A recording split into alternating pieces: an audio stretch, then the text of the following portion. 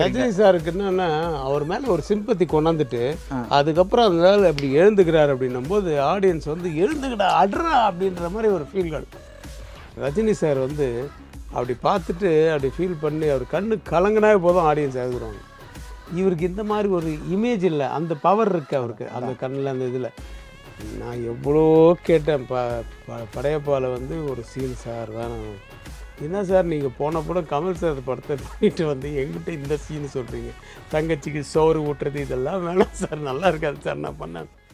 நீங்கள் கொஞ்சம் அழுதா கூட போதும், ஒரே சிங்கிள் ஷாட்டு தான் அது பண்ணிடுங்க சார். அந்த இதில் ட்ராலி ஒன்று போட்டுட்டு கேமரா ஆக்ஷன் சொன்னோன்னே ஒரு ஸ்டேஜுக்கு அப்புறம் நான் லக்ஷ்மி அம்மா வாங்கன்னு சொல்கிறேன், அப்போ வாங்க, அது வரைக்கும் நீங்கள் வராதிங்க அப்படின்னு தட்டில் சோறு விட்டுட்டு விடுமா பெரிய இது போச்சுன்னா என்ன, அது போச்சுன்னா என்ன, சாப்பிடு நீ சாப்பிடு.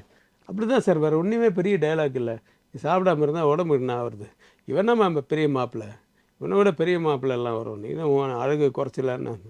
ஆனால் என்ன உனக்கு பிடிச்ச மாப்பிள்ளை, உனக்கு பிடிச்ச மாப்பிள்ளை தான் என்னால் கட் அப்படின்ட்டு ஒரு ஃபீல் பண்ணுங்க சார் போதும் அப்படின்னு. அந்த நேரத்தில் நான் லக்ஷ்மி வர சொல்கிறேன். அப்போ அவங்க வந்ததுக்கப்புறமா கேரி ஓவர் ஆகிடும்னு முடியவே முடியாதுன்னு அப்புறமா கொஞ்சம் திங்க் பண்ணுங்கள் உட்காந்துன்னு சொல்லிட்டு லைட்டெல்லாம் பண்ண சொல்லிட்டு ஈவினிங்கு விட்டா அவர் போயிடுவார் ரூமுக்கு. அந்த ஈவினிங்கை போய் அந்த வேறு ஒரு சீன் முடிச்சுட்டு இந்த சீன் எடுக்கணும். அவர் பண்ணார். தேட்டரில் அவ்வளோ கிளாப்ஸு சார் அந்த சீனுக்கு அவர் அழும்போது. ஏன்னா லைட்டாக தான் கண் கலங்கினார். அது அவ்வளோ இம்பேக்ட் இருந்தது.